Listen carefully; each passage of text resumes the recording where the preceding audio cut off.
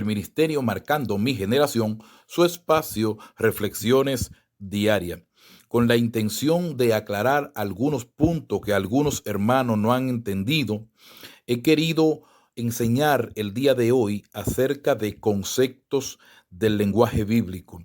Algunos hermanos no entienden debido a que mucha de la gente que escucha los mensajes, algunos no tienen preparaciones académicas.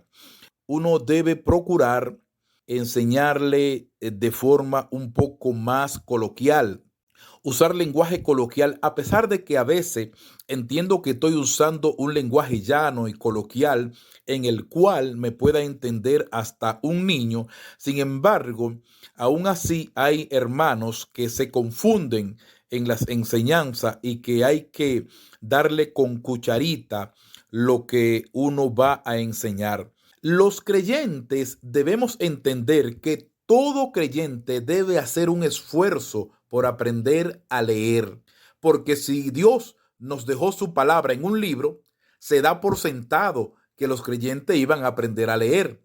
Porque si tú tienes una Biblia y tú no sabes lo que dice, ni puedes interpretar lo que dice, alguien un día podría enseñarte algo de ella o alguien podría en un mensaje explicarte algo, pero si tú no sabes lo que dice y no sabes leerla, entonces la tendrá como una cédula religiosa, solo para que te identifiquen de lejos de que eres evangélico o que eres religioso. Los creyentes debemos hacer un esfuerzo por aprender a leer al menos en lo mínimo para entender algunos conceptos, ya que al estudiar las escrituras uno debe tener en cuenta el pacto, el contexto y el contenido general. El concepto lo que emite es una idea abstracta de lo que tú estás leyendo. Recientemente escuché a alguien decir que por la mano de los apóstoles se hacían distintos milagros. La persona decía que los apóstoles solo tenían que poner la mano y ya ocurrían los milagros. Y me dio hasta dolor en el alma, porque eso es un concepto. Cuando dice por la mano de los apóstoles, lo que está diciendo es que a través de ellos ocurrieron estas cosas. No tenían que poner la mano. De hecho, con la sombra de Pedro sanaban los enfermos. Sí, con los paños que Pablo se secaba el sudor, ese paño lo tomaba alguien y se lo colocaba a un enfermo y ocurría el milagro. Generalmente para un milagro lo que se hacía era hablar, orar a Dios. Esto es un concepto, te da la idea. Por la mano de ellos, a través de ellos, ocurrieron grandes milagros. Entonces el concepto lo que te arroja es una idea abstracta de lo que tú estás estudiando en el texto bíblico.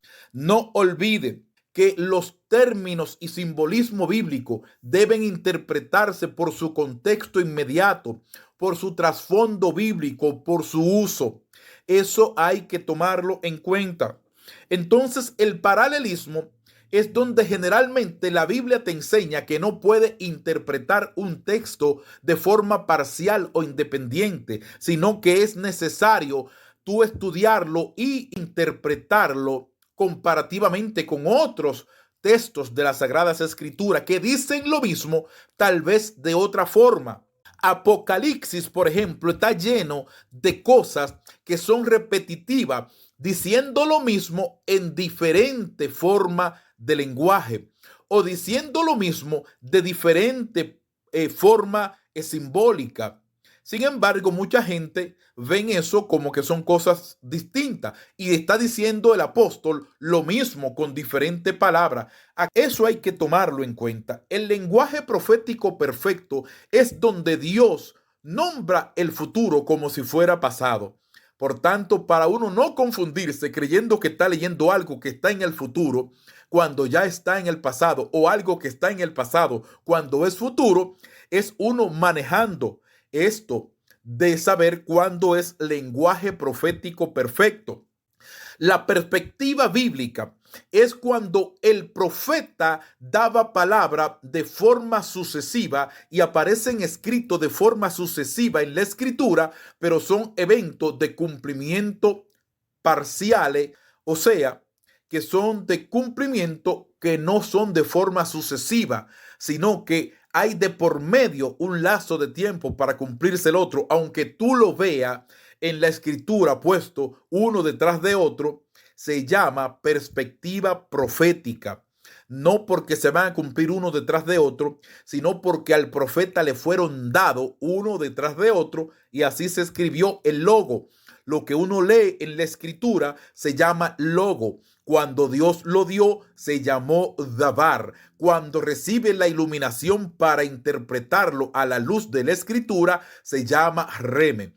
Ahora, cuando tú lo llevas al nivel máximo de interpretación hebraico, entonces eso se llama Sof, ya que los hebreos tienen 4 formas de interpretar las escrituras, de la cual el más sencillo es Pechab, el siguiente es Reme, el tercero se llama Laruz y el cuarto se llama Sof.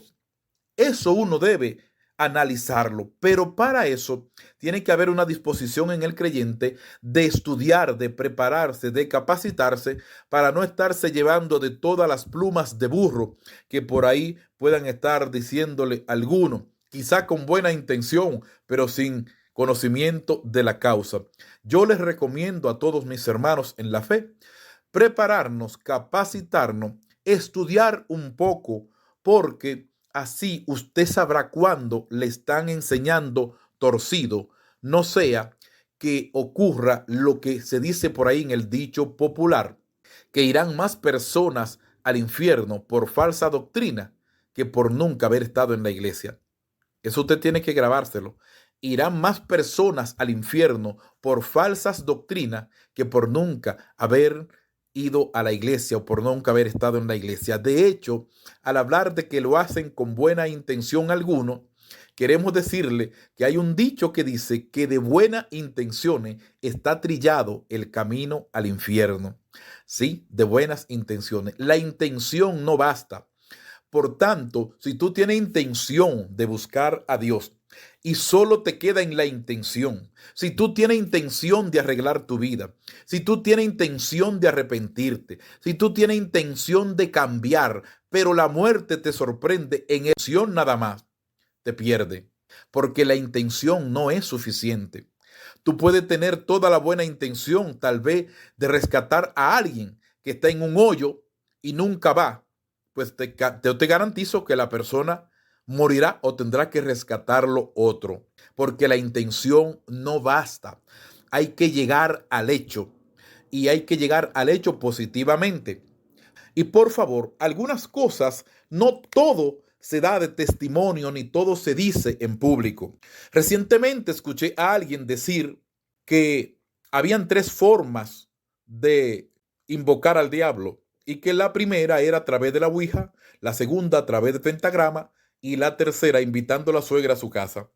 Pues yo pienso que hay buenas suegras. De hecho, es sabido de excelentes suegras, a pesar de que hay un historial negro referente al trato, no de los suegros, sino de la suegra, porque el varón generalmente no se menciona.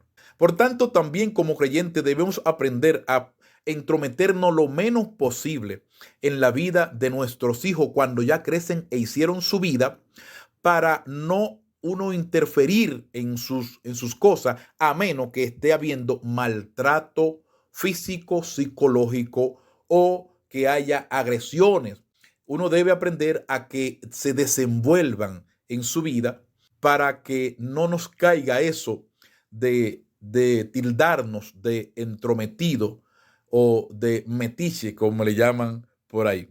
El Señor le bendiga hasta una próxima entrega, si el Señor lo permite. No olvide colaborar con nuestro ministerio y hacerte parte de mi equipo en el que me he propuesto publicar, explicar y aplicar la palabra de Dios para la gloria de su santo nombre. Recuerda que Dios entregó a su Hijo para que todo aquel que en Él cree no se pierda, sino que tenga vida eterna. Ese verso debe tenerlo grabado el planeta. ¿Por qué? Porque allí no dice que Dios entregó a su Hijo para que se salven los evangélicos, para que se salven los bautistas, para que se salven los adventistas, para que se salven los morenos, los blancos, sino para que todo, escucha eso, para que todo aquel que en él cree no se pierda, sino que tenga vida eterna.